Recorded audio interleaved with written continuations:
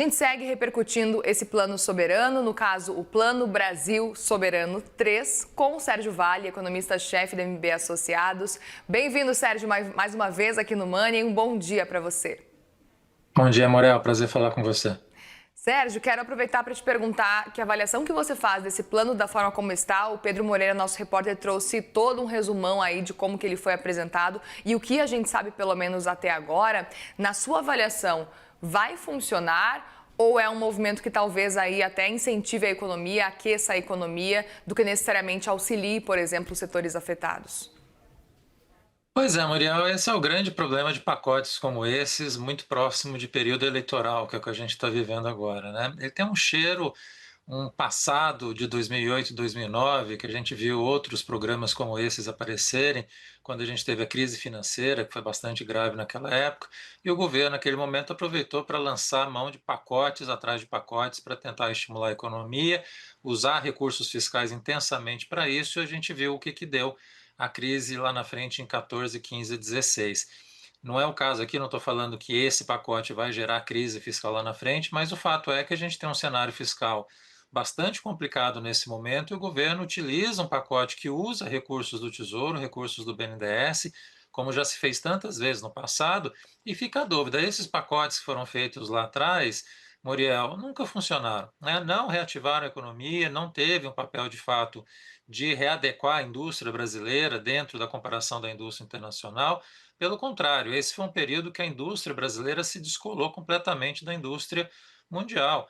Então fica muita dúvida se esse tipo de pacote, de programa, vai de fato funcionar. Disso tudo que o governo anunciou, o mais importante para essas empresas, e que deveria ser focado para essas que estão perdendo espaço nos americanos, é de fato buscar mercados externos. Essa questão de ir atrás do Oriente Médio deveria ser ampliado para outros países também. Você fechar acordo comercial com a União Europeia, como a gente está aí há 30 anos discutindo e finalmente foi acertado agora, né? Esse é o tipo de caminho para a indústria que deveria ser perseguido, né? Você ter a possibilidade de fazer acordos comerciais com diversos países e aproveitar esses acordos para fazer exportação desses produtos industrializados. Esse deveria ser o caminho primordial. É longo, demorado, não é de curto prazo, mas o governo aproveita esse momento eleitoral, o momento de um pensamento que eles sempre tiveram de fazer pacotes dessa forma, desse tipo, e aproveitar o momento para lançar esse pacote dessa maneira.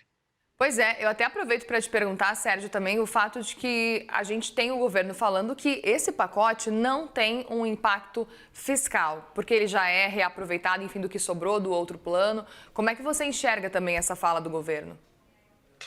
Tem de fato que foi reaproveitado do outro plano, mas o governo fala muito que é neutro no sentido de você fazer um estímulo à economia, vai crescer a arrecadação, e aí com que você crescer de arrecadação, você consegue tapar o que foi gasto agora no pacote. Nunca funcionou no passado, né? Todos os pacotes que o governo tem lançado ao longo da história recente, teve sempre essa ideia de neutralidade e nunca aconteceu, né? Sempre acabaram por gerar mais gasto público no final e não reativou a economia, não reaqueceu a indústria de uma forma estrutural. É sempre um paliativo.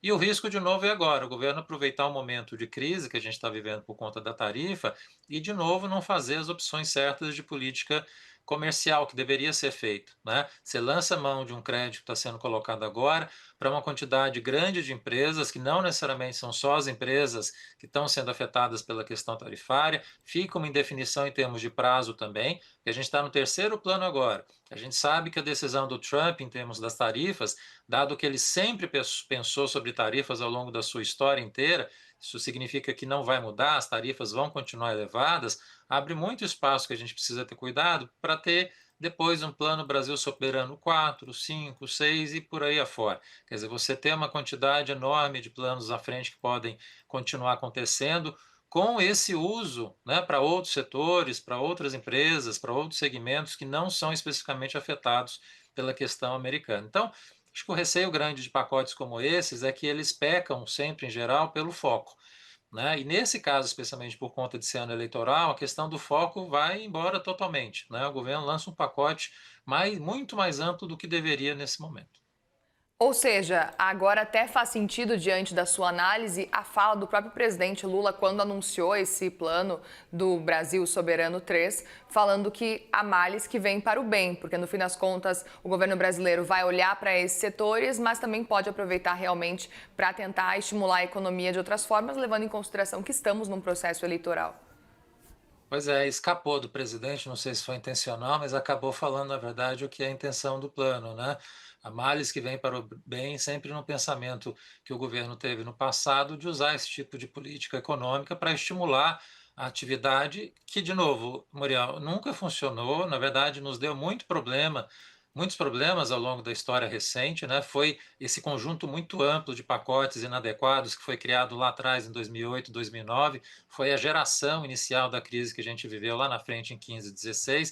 Então, todo esse conjunto fiscal complicado que a gente está vivendo nos últimos anos, esse elemento agora é a cereja de um bolo que está sendo mal feito, mal cozido já aí quase 3 anos e meio. Então, esse é o problema de políticas como essas, que não tem métricas muito adequadas, a gente não sabe exatamente na história como funcionou, mas a gente sabe que não funcionou no geral, e de novo a gente está aplicando uma política sem a percepção de como ela vai funcionar, como ela vai ser de fato colocada para funcionar, e se lá na frente o governo vai fazer uma análise de que, olha, funcionou ou não funcionou.